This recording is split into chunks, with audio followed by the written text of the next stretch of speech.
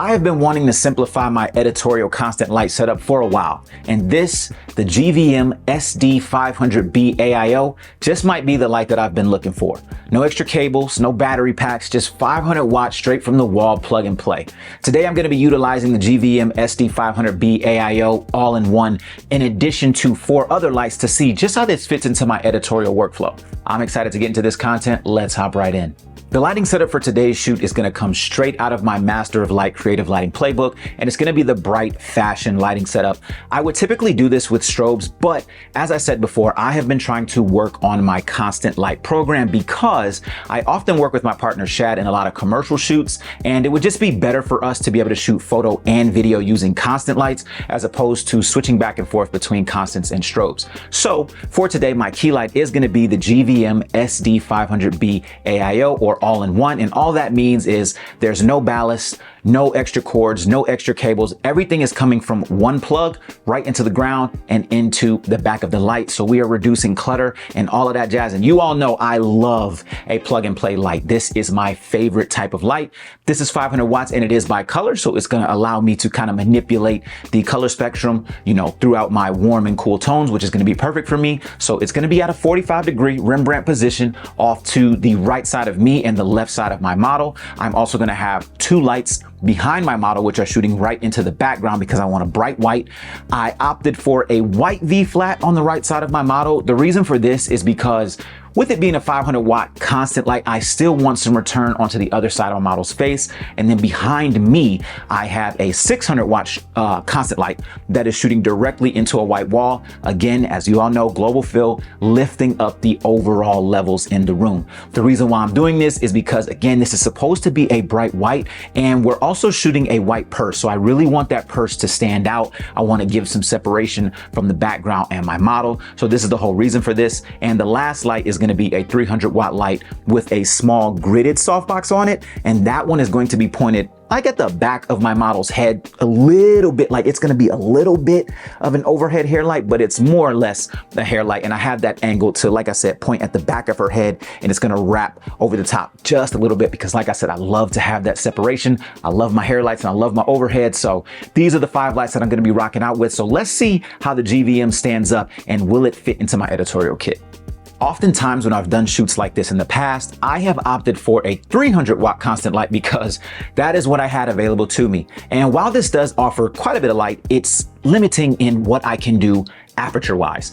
And I prefer in a lot of my commercial work to shoot between 5.6, f8 and f11. I'm not quite at f11 yet with the constant lights, but we will get there. Today, I wanted to shoot at f5.6. I wanted to see if I could truly get some great raw images that we don't have to push in post while using f5.6. So I opted for a shutter speed of 1/125th, an aperture of f5.6, and an ISO of 800.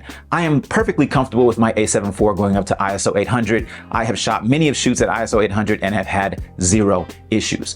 The beauty of having the 500 AIO as my key light is I only had this light at 70%. Every single one of my other lights was at 100%. The reason why the 600 watt light behind me was at 100% is because I needed all of that output in order to elevate my levels. Again, 600 watts, and this is an RGB light as well. It's not going to be a true 600, even in its bicolor mode. So I needed that bad boy pumped up fully to 100% so that I can get a nice bright white. My hair light was at 100% because my hair light and both of my background lights were 300 watts. So utilizing those at 100% did allow me to get a very nice and clean image. And again, I opted for a white V flat. Typically I would use black if I was using strobes, but I opted for a white V flat opposite of my key light because, again, I wanted that return onto my model's face.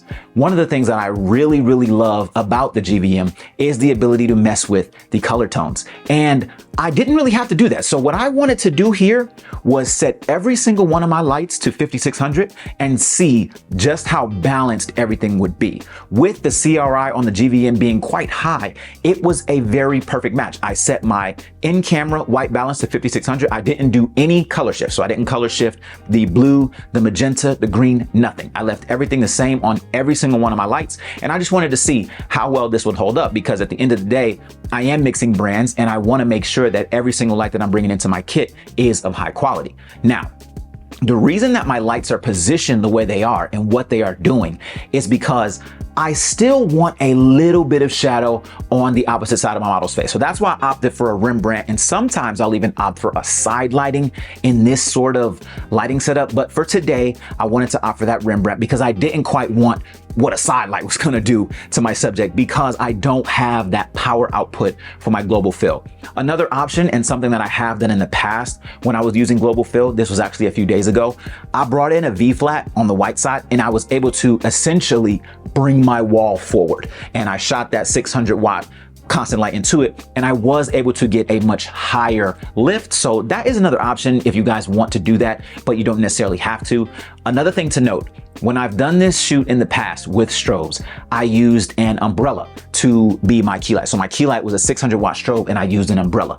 In this case, I opted for a 36-inch softbox because I wanted to shrink the size of my light to get a little bit more output. So depending on the modifier that you all used, that's gonna dictate just how much output you're able to get from your light. I wanted to see if I could manage this shoot without having the AIO at a full 100%, because in the future, when we do start to use these constant lights for our editorial shoots, I don't want to have them at full blast because then, I don't really have anywhere to go. So as of right now, I'm really loving where this is sitting in my overall concept and in my overall program, because I really need a super solid light at the key light position. And one thing, if I do have to give it a knock, it's gonna be the fact that it doesn't come with a carrying case. And I made sure to double check. So I emailed GVM to ask them, hey, before I do this review, does this come with a carrying case? They let me know that it doesn't. But in my mind, I see this for someone who maybe either owns a studio or you're kind of trying to leave the light up. It is a very, and when I say very, very well-built light, this thing is heavy. This thing is made out of metal or aluminum, something, but this bad boy is heavy in comparison to every other light that I have, even heavier than the 600-watt light, which was very interesting to me. So this is a light where if you just kind of want to leave it up, leave it plugged in, it's going to be a workhorse, a big workhorse of a light. So I'm very thankful for this light being sent over to me and the way that it fits into this particular lighting setup, because like I said, I need my lights to work in conjunction with one another. I am a multi-light user. I typically don't do one light setups anymore because I know exactly what I'm going for. So with the AIO, with its ability to just be plug and play and just one cord plug into the light, boom, I'm already set up, let's go. I freaking love that. So this is definitely going to be something that fits right seamlessly into my package, and I'm going to be using this thing for a very long time. Are you ready to elevate your studio photography lighting? Well, look no further. The Master of Light bundle is now available. Click the link in my bio. We will go over 36 different lighting setups, ranging from your typical one light setup all the way to 6 light creative lighting portraits. We're also going to be going over things such as light ratios and how to meter your lighting. And we cover strobes all the way to constant light. So whatever your flavor is, we've got it for you. I'm not going to waste any more time. Let's get back to the content. Now let's take a look and break down how our final images came out. So I'm going to show the raw versus the retouch version of the exact same images. So it's going to be a raw and a retouch of the exact same image. And what I'm seeing here is a very nice balance between all 5 of my lights. I am getting a nice high key look like I want. And again, I don't want to push my camera past 800 ISO. I'm very comfortable at 800. What I'm looking for here is how many more stops of light can I get with my aperture? Is this a comfortable aperture to be shooting at f5.6? And so far, yes, it is.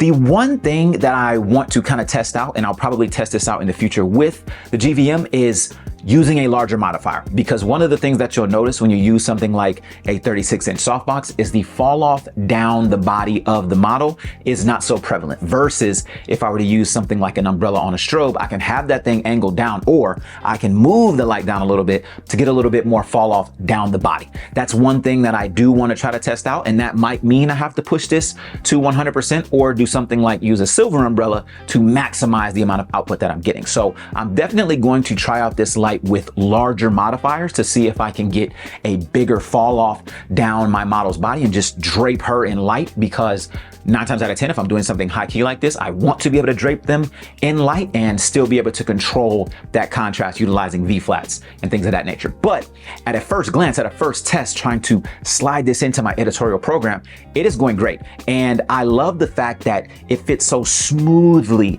with my other lights. You're not seeing such a large difference in the output output of this one because I'm able to bring it down a bit. I don't have to shoot it super harsh. I didn't have to take down the intensity of any of my other lights because this one couldn't keep up, and the key light is dramatically important. So having it be able to keep up with the two backlights and the hair light and still get that separation that we want from the raw to the retouched image, I am more than happy. And like I said, this will for sure be staying in my package, and I'm gonna, again, test this out further along the line. So I will probably do like a long-term review and use it on an actual commercial shoot so that you guys can see how this thing fits into the package and what different types of shoots that it will allow us to do. All right, everyone, that is going to do it for another video. I want to give a huge shout out to the people over at GVM for sending this light over. Again, this is a very robust unit. I very much pride myself on making sure that I bring you all honest reviews on everything that I use, and I want to make sure that I use it in a way that I'm actually going to use it in real life. I don't just want to shoot a light up against the wall and let you know, oh yeah, it's pretty bright. That's not really my style. My style is to utilize a light in an actual shoot so that I can be able to say confidently, yes, I would use this light on a day-to-day basis. The only problem for me, again, is the fact that it does not come with a carrying case, and I don't own a studio. I work out of a studio as a member, but I don't own a studio, so it will be a little cumbersome to take in and out, but I vow to do that for you all so that I can get even more footage using this light, and it's gonna slide perfectly into my 5-light setup. I have 5 constant lights right now, might angle for a 6th just so I can, have that little bit of extra flexibility, but as of right now, the AIO with the all-in-one setup, that is my absolute favorite. That makes 2 lights now that I have that are all-in-one setup where you can just plug it in to the back of the light and you are already up and ready to go. If you all want to learn more lighting setups like this, again, the lighting setup today did come from the Master of Light Creative Lighting Playbook. So click the link in my bio. Multiple different playbooks available on the website. Master of Light bundle is live and still on sale. So go ahead and click that link and get started on your learning today. Don't forget to like, share, comment, and subscribe, and I will catch you all in the next video.